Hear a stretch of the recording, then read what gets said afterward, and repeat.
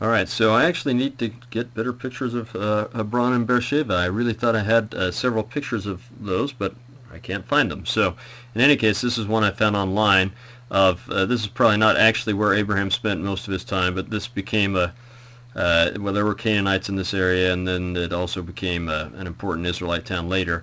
And there is an old well here, maybe from Abraham's day, maybe even he built it. But this is kind of away from the modern town. In the modern town, there were some wells there that are also very old, that are more likely probably where Abraham stayed.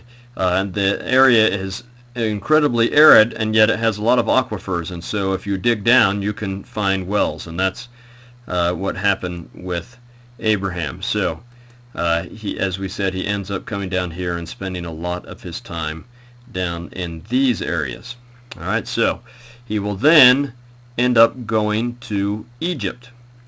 So let's see if we can get to back to a good picture that will help us with that. Oh shoot.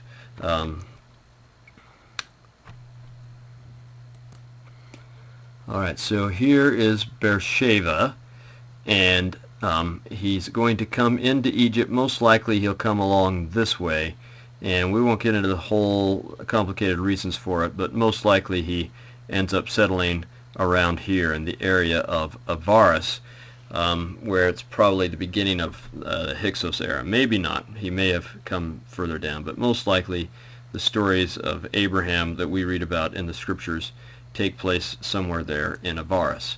So you can see that he goes down there, and this is a bigger thing than you think, and this is a tough test for them, and in many ways it's the toughest test for Sarai, who I think this is her Abrahamic test before Abraham even has his Abrahamic test, because Sarai is going to have to, and she's given this choice. She's told by the Lord she's going to have to say that, well, by Abraham from the Lord, that she's going to have to say she's Abraham's sister, because Pharaoh will want to take her to wife.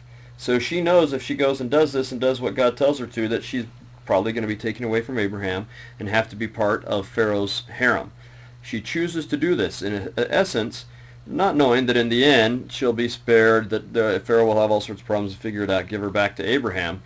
But as far as she understands, she is going to lose any land she's ever lived in, lose her beloved husband, and spend the rest of her life as a kind of a lesser servant wife of a person she probably doesn't like at all, from a kingdom she probably doesn't like at all. But that's what God tells her to do, and she's willing to do it. So she basically shows she's willing to give up everything, including the person she loves most, because that's what God tells her to do. And I'm impressed that both she and Abraham are willing to do that. Now, this is because Pharaoh figures this out. He ends up giving Abraham a great deal of wealth and sending him away, and this is part of how Abraham becomes a fairly wealthy person. So when he comes back, we get to chapter 13. When he comes back to the promised land, he's got with him his nephew Lot, and they are, because of the wealth they've accumulated, mostly in the form of livestock, and they are like modern-day Bedouin. They're nomads, and their wealth is all in sheep and animals, goats, some cows, and things have gotten to be so large for both of them that they can't stick in the same places. There's contention over grazing land, contention over water sources, and so they're going to have to divide. And Abraham gives Lot the choice. Where would he like to be? Where would he like to have his area? And Lot chooses the area that at the time seems to be the best. These plains down here and around here where there's a lot of grazing land, and leaves for Abraham the land up here that seems less good, although in the long run this will work out better. But this is a crucial division, because Lot's going to move down and he's going to stay over in this area.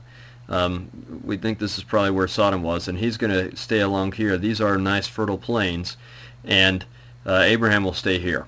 That's an important part of the story, and we'll continue with it in the next video.